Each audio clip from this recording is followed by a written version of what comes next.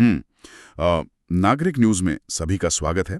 आज के इस विशेष गहन विश्लेषण में हम पीएनबी घोटाले पर बात करने वाले हैं, जिसमें मेहुल चोकसी और नीरव मोदी शामिल थे। हाँ, और हम इसे एक आम समाचार की तरह नहीं देखेंगे। हमारा फोकस पूरी तरह से सतर्कता यानी विजिलेंस और भ्रष्टाचार विरोधी दृष्टिकोण पर होगा। बिल्कुल, सोचकर देखिए, 2011 से शुरू हुआ 13,500 करोड़ रुपए से भी ज्यादा का घोटाला, और 7 साल तक किसी को भनक तक नहीं लगी। ये सच में हैरान करने वाला है ना? आज हम बेसिकली बैंक के कंट्रोल रूम में जाकर ये समझने की कोशिश करेंगे कि सिस्टम में इतनी बड़ी कमियां कैसे रह गई। तो इस पूरी संस्थागत विफलता को समझने के लिए सबसे पहले हमें उस तकनीकी लूप होल को देखना होगा जिसने इस घोटाले की नींव रखी। वो स्विफ्ट और सीबीएस वाला मामला? हाँ बिल्कुल, बैंक अधिकारियों की मिलीभगत से स्विफ्ट के जरिए, जो कि अंतरराष्ट्रीय मैसेजिंग सिस्टम है, उसके जरिए फर्जी एलओयू या लेटर्स ऑफ अंडरटेकिंग जारी किए गए। अच्छा। और सबसे बड़ी बात, उन्हें कोर बैंकिंग सिस्टम यानी सीबीएस में कभी दर्ज ही नहीं किया गया। ऑडिट ट्रेल को पूरी तरह से बाईपास कर दिया गया। एग्जैक्टली। रिस्क मॉनिटरिंग सिस्टम को पता ही नहीं चला। ये तो बिल्कुल वैसे ही है जैसे मान लीजिए मैंने कंपनी के आधिकारिक अकाउंट से कोई बहुत ही महत्वपूर्ण अप्रूवल ईमेल भेजा। हाँ। और भेजने के तुरंत बाद उसे सेंड फोल्डर से डिलीट कर दिया। हाँ। तो अब ना सिस्टम को पता है ना बॉस को कि ऐसा कोई ईमेल गया भी था। हाँ, कोई रिकॉर्डिंग नहीं। बिल्कुल सही एनालॉजी दी है, ये बिल्कुल ऐसा ही था। लेकिन एक सेकंड, कोई भी तकनीकी खामी बिना इंसानी मदद के 7 सालों तक कैसे छिप सकती है? यहीं से तो विजिलेंस फेलियर या सतर्कता की विफलता की असली कहानी शुरू होती है। अगर हम ब्रैडी हाउस ब्रांच की बात करें, जो कि इस पूरे घोटाले का केंद्र थी। हाँ, वहां बहुत सी गंभीर चूकें हुई। सबसे बड़ा रेड फ्लैग ये था कि संवेदनशील पदों पर बैठे कर्मचारियों का रोटेशन ही नहीं हुआ। जो कि बैंकिंग का बहुत ही बेसिक नियम है। बिल्कुल।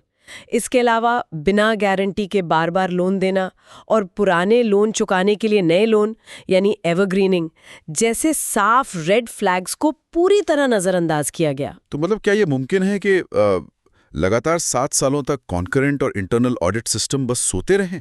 ये सवाल तो उठता ही है। मेरा मतलब है, ये कोई छोटी मोटी भूल नहीं है, ये जवाबदेही और सुपरविजन की घोर विफलता है। सही कहा।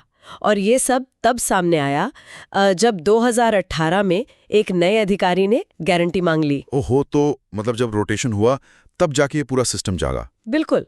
और जब गारंटी नहीं मिली तो जांच एजेंसियों ने मोर्चा संभाला। तो अगर हम आज 2026 की बात करें तो अब क्या स्थिति है? सीबीआई और ईडी ने काफी सख्त कार्रवाइयां की हैं। एफआईआर दर्ज हुई, संपत्तियां जब्त की गईं और बैंक अधिकारियों पर अनुशासनात्मक कार्रवाई भी हुई।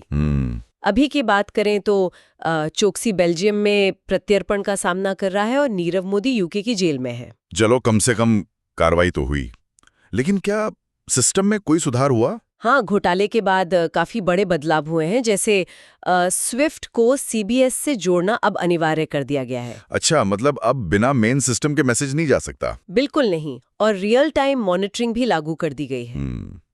ये सब देखकर एक बात तो साफ होती है कि धोखाधड़ी करने वाले तभी सफल होते हैं जब सिस्टम खुद उन्हें ऐसा करने की जगह देता है। एकदम सही बात है। तो निष्कर्ष ये निकलता है कि पीएनबी घोटाला सिर्फ पैसों का गबन नहीं था, बल्कि ये हर स्तर पर, चाहे सिस्टम हो, कर्मचारी हो या सुपरविजन, एक बहुत बड़ी विजिलेंस की विफलता थी। हाँ, और सबसे बड़ा सबक ये है कि तकनीकी नियंत्रण चाहे कितने भी मजबूत क्यों ना हो, मानवीय सत्यनिष्ठा और समय पर रेड फ्लैग्स की पहचान सबसे ज्यादा जरूरी है। बिल्कुल। और अंत में मैं एक विचार के साथ इस गहन विश्लेषण को समाप्त करना चाहूंगा। आज जब बैंकिंग में आर्टिफिशियल इंटेलिजेंस और ऑटोमेशन इतनी तेजी से बढ़ रहे हैं, हाँ, काफी ज्यादा, तो क्या हम अनजाने में कोई नया ब्लाइंड स्पॉट तो नहीं बना रहे, जो भविष्य के किसी और बड़े घोटाले का रास्ता खोल दे? मशीनों की सतर्कता को कौन ऑडिट करेगा, ये सोचने वाली बात है।